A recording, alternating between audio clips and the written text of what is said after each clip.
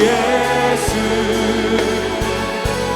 크신 주 이름 나 찬양하리라.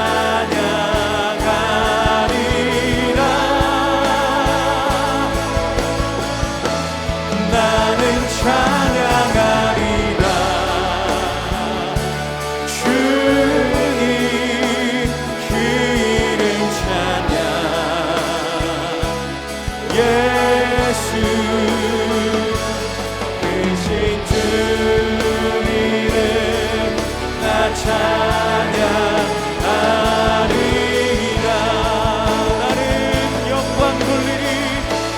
나는 영광 돌리리. 주님 영광의 이름. 예수 크신 주 이름 나 찬양하리라.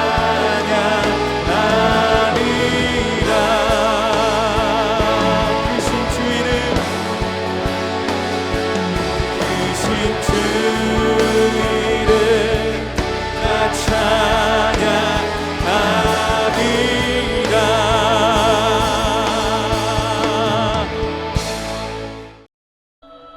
아브라함이나 그 후손에게 세상의 상속자가 되리라고 하신 언약은 율법으로 말미암은 것이 아니요 오직 믿음의 의로 말미암은 것이니라. 만일 율법에 속한 자들이 상속자이면 믿음은 헛것이 되고 약속은 파기되었느니라. 율법은 진노를 이루게 하나니 율법이 없는 곳에는 범법도 없느니라. 그러므로 상속자가 되는 그것이 은혜에 속하기 위하여 믿음으로 되나니 이는 그 약속을 그 모든 후손에게 굳게 하려 하심이라. 율법에 속한 자에게 뿐만 아니라 아브라함의 믿음에 속한 자에게도 그러하니 아브라함은 우리 모든 사람의 조상이라. 기록된 바 내가 너를 많은 민족의 조상으로 세웠다 하심과 같으니 그가 믿은 바 하나님은 죽은 자를 살리시며 없는 것을 있는 것으로 부르시는 이시니라. 아브라함이 바랄 수 없는 중에 바라고 믿었으니 이는 내 후손이 이 같으리라 하신 말씀대로 많은 민족의 조상이 되게 하려 하심이라.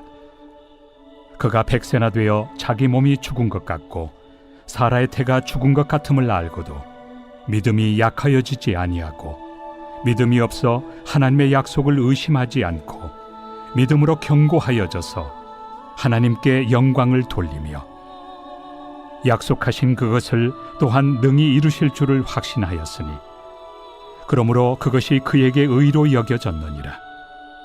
그에게 의로 여겨졌다 기록된 것은 아브라함만 위한 것이 아니요 의로 여기심을 받을 우리도 위함이니 곧 예수 우리 주를 죽은 자 가운데서 살리신 이를 믿는 자니라.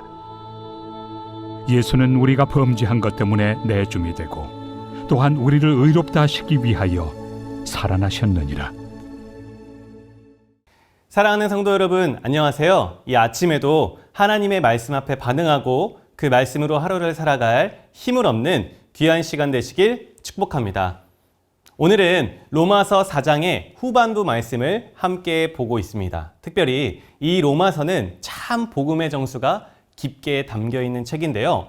우리 교회가 이 성경과 친밀한 점이 참 복되고 복음 위에 건강히 세워진 교회구나 감사를 느끼는 것 같습니다. 그러면 이 로마서는 어떤 책일까요? 이 로마서는요, 바울이 로마 교회를 향해서 쓴 편지입니다. 왜 썼을까요? 이 로마 교회 안에 이방인들과 유대인들이 서로 싸웠던 거예요. 왜 싸웠냐? 당시 로마의 황제였던 글라우디오가 유대인들 로마에서 나가! 추방을 시켰습니다. 그러다 보니 이 로마 교회에 갑자기 이방인들만 남았던 것이죠. 유대인들이 추방되었기 때문에. 그렇게 5년이 지나서 이 로마 교회에 유대인들이 다시 돌아오게 됩니다. 그런데 이게 웬걸? 아니, 로마 교회를 5년 동안이나 유대인들이 비웠더니 이 교회 안에 유대인의 그 전통들이 싹 다 사라져버린 거예요. 5년 동안 이방인들로만 새 신자가 들어오고 구성되다 보니까 유대인들의 흔적이 다 교회에서 사라져 버렸던 겁니다. 그러더니 유대인들이 열받은 거예요. 아니, 이 로마 교회 개판이구만. 야, 어떻게 우리가 5년 동안 비었다고 할례를 안 할 수 있어? 음식법도 안 지켜? 율법을 도대체 왜 안 지키는 거야? 그러자 로마 교회에 있는 이방인들이 이렇게 말하겠죠. 유대인들 우리가 왜 그걸 지켜야 되죠? 우리는 그리스도 안에서 자유해졌잖아요. 유대인들이 화가 났겠죠. 뭐라고? 이렇게 복음의 본질이 아닌 것으로 유대인과 이방인이 싸우며 로마 교회가 풍비박산이 나니까 바울이 이를 안타까워하면서 펜을 든 겁니다. 사랑하는 로마 교회요, 여러분이 이 복음으로 하나 되길 원합니다 라는 마음으로 이 로마서 편지를 쓴 것이죠. 이러한 로마서는요, 크게 이런 흐름으로 편지가 써져 있습니다. 오늘 본문이 포함된 1장에서 4장으로 복음의 기초석을 다지면서 하나님의 의를 드러내고요. 그리고 5장과 8장까지는 그 의로 새 신분, 새 인류, 새 가족이 창조되었습니다. 그리고 9장과 11장, 여기서는 그 가족, 새 신분, 새 가족으로 말미암아 하나님의 언약이 성취되고요. 그리고 마지막 부분 12장과 16장에서 이 앞에 모든 내용을 종합해서 여러분, 이 복음은 교회를 하나 되게 하는 것입니다 라고 쓴 것입니다. 자, 이제 오늘 로마서 4장을 더 자세히 살펴보려 하는데요. 오늘 본문은 이 로마서 1장부터 4장까지 해당되는 복음의 기초석을 다루는 부분입니다. 이곳에서 오직 의인은 그 어떤 행위나 율법이 아니라, 그 행위가 아니라 율법이 아니라 오직 믿음으로만 의롭게 된다라는 이신칭의에 대해서 다루게 됩니다. 그런데 오늘 이 로마서 4장에서 주목할 만한 예시가 나오는데요. 바로 구약의 아브라함을 통해서 이 복음의 정수, 복음의 적용을 예시로 들어준다는 것이죠. 그럼 질문할 수 있습니다. 왜 하필 이 신약에서의 복음을 구약의 오래된 아브라함을 통해서 적용하고 있는 걸까요? 네, 그것은 서두에서 말씀드렸던 것처럼 자꾸만 옛 전통으로 로마 교회를 분열시키는 유대인들에게 구약의 대표인물, 믿음의 조상, 이름만 들어도 유대인들이 존엄을 가지는 아브라함으로 그들의 생각을 내려놓게 하기 위험이었습니다.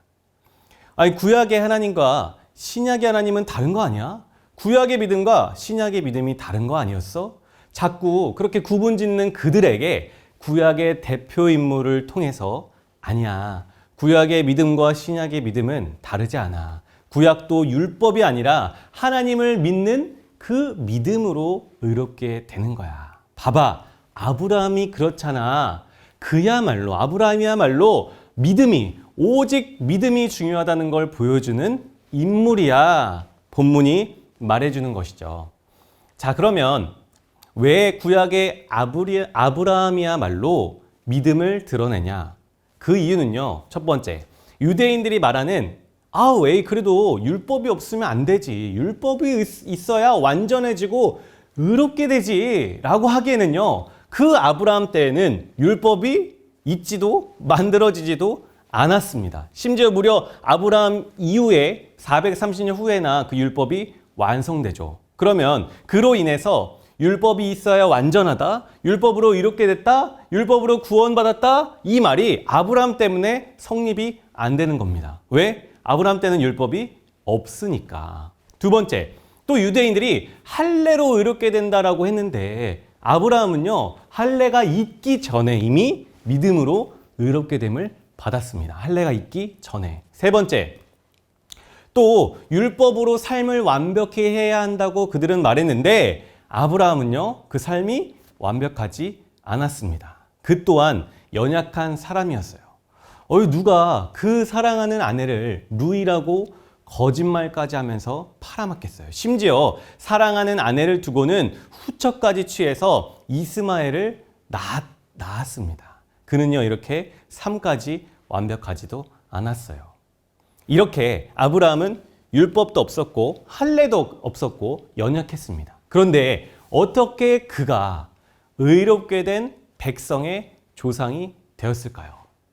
이거는요, 유대인들의 율법과 전통의 잣대로 따지면 모순된 거예요. 우리의 행함으로 따지면 도저히 따질 수가 없는 모순인 것입니다. 그래서 바울은 유대인들과 또 우리에게 시간을 뚫고 질문하는 것입니다. 그럼 도대체 이 구약의 아브라함은 무엇으로 의롭게 된 것입니까? 질문하는 것이죠. 무엇일까요? 바로 믿음뿐입니다. 다른 것이 없습니다. 오직 아브라함이 하나님을 믿은 그 믿음 외에는 아브라함이 의의 백성이 된 증거가 도저히 찾아볼 수 없습니다. 그렇기 때문에 이 아브라함이야말로 믿음을 강조할 수 있는, 구약과 신약의 믿음이 다르지 않다는 걸 보여줄 수 있는, 하나님은 구약에서도 믿음, 신약에서도 믿음을 보시는 분이시구나를 깨닫게 해주는 정확한, 적당한 인물인 것이죠. 그래서 굳이 바울이 이 신약에서 복음을 설명할 때 너무나 설득력 있게 이 구약의 아브라함을 오늘 예시로 든 것입니다. 자, 그러면 또 우리는 이 아브라함을 보면서 이런 실수에 빠질 수 있습니다. 도대체 아브라함이 얼마나 대단한 믿음을 가졌기에 믿음의 조상이 된 걸까? 그런 아브라함이 그렇게나 강력한 믿음을 가졌던 거야? 이런 실수에 빠질 수 있습니다.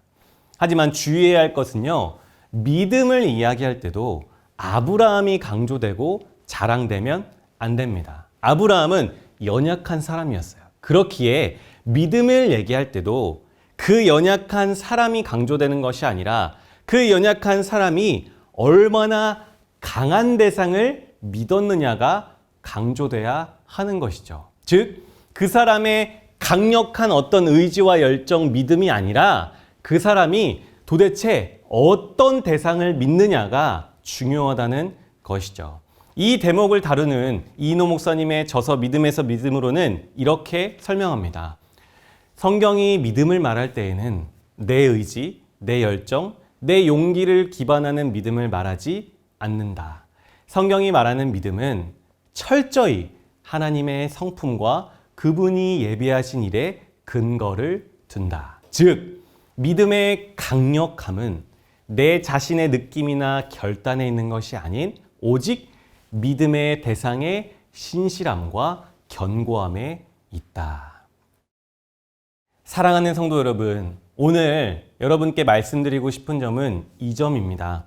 여러분은 어떤 대상을 믿고 있습니까? 여러분은 하나님의 어떤 성품을 의지하고 있습니까? 아브라함의 믿음이 대단하다고 하는 건요, 그가 이신칭의 이 복음의 예시가 될 수 있는 근거는요, 그의 의지와 그의 용기와 그의 어떤 행함 때문이 아니었습니다.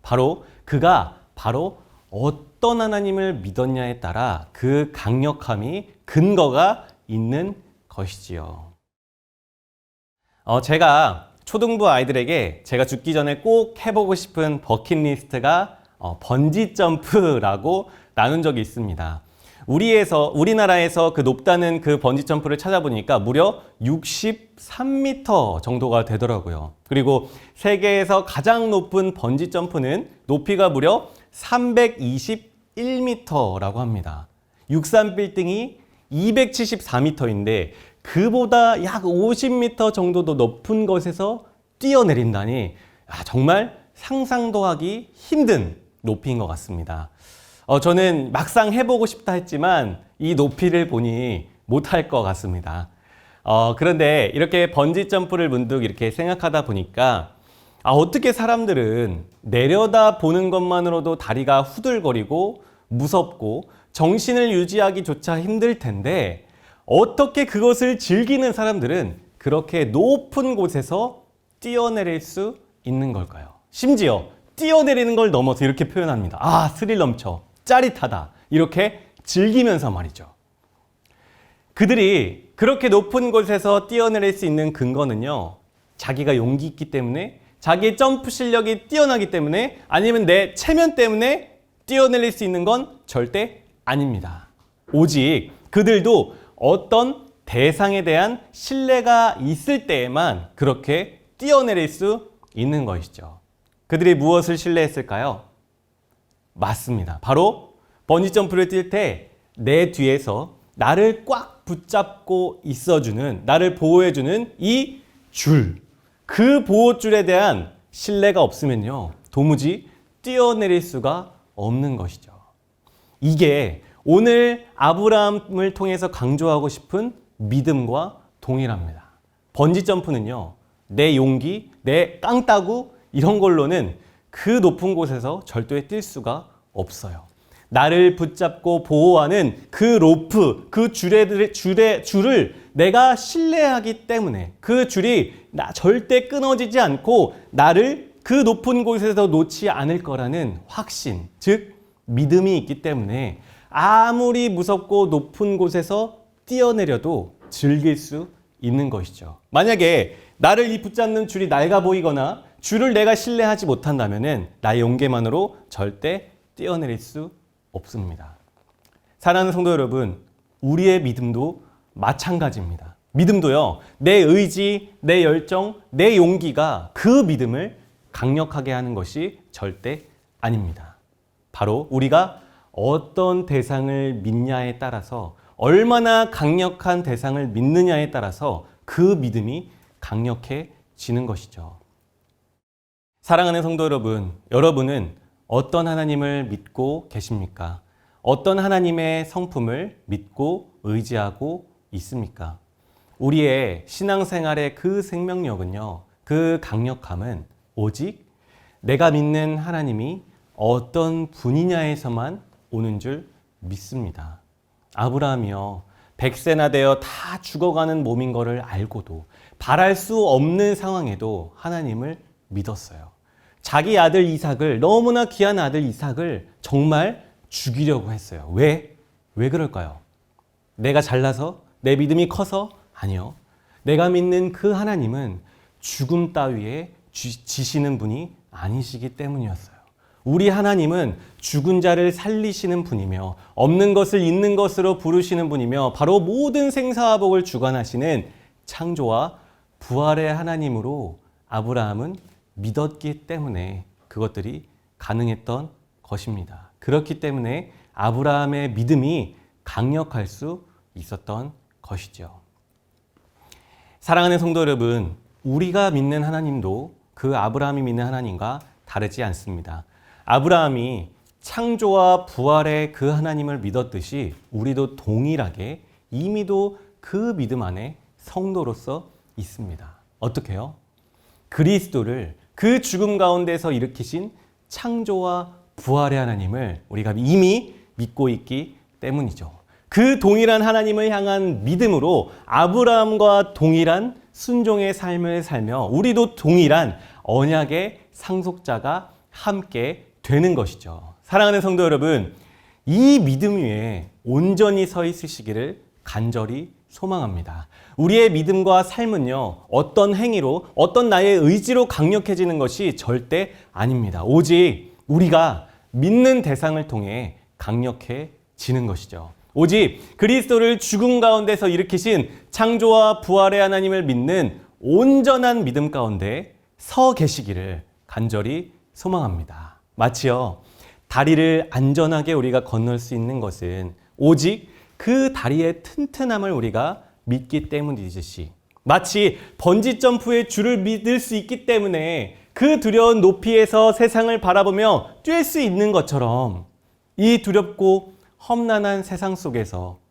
우리가 살 수 있는 것은 오직 없는 것을 있게 하시며 죽은 자도 살리시며 그 창조와 부활의 하나님이 나의 하나님을 믿는 강력한 믿음이 있기 때문인 줄 믿습니다. 그 믿음으로 살아가시길 간절히 소망합니다. 그 온전하고 그 하나님을 향한 믿음만이 이 땅에서 우리의 삶을 강력하게 하는 줄 믿습니다. 자, 오늘 말씀을 기억하며 함께 기도하도록 하겠습니다. 영적인 눈을 열어서 주의 말씀에 담긴 복음의 비밀을 담대히 깨닫게 하여 주시옵소서. 눈에 보이는 사람의 어떠함과 행함을 의지하려는 본성을 벗어나게 하여 주시고 오직 없는 것을 있게 하시며 죽은 자도 살리시는 창조와 부활의 하나님을 믿는 믿음으로 살게 하여 주시옵소서. 날마다 하나님이 어떠한 분인지 알아가는 삶을 게을리하지 않게 하여 주시고 오직 하나님을 알아갈 때에만 누릴 수 있는 평안함과 그 복을 날마다 맛보는 삶이 되게 하여 주시옵소서. 함께 기도하겠습니다.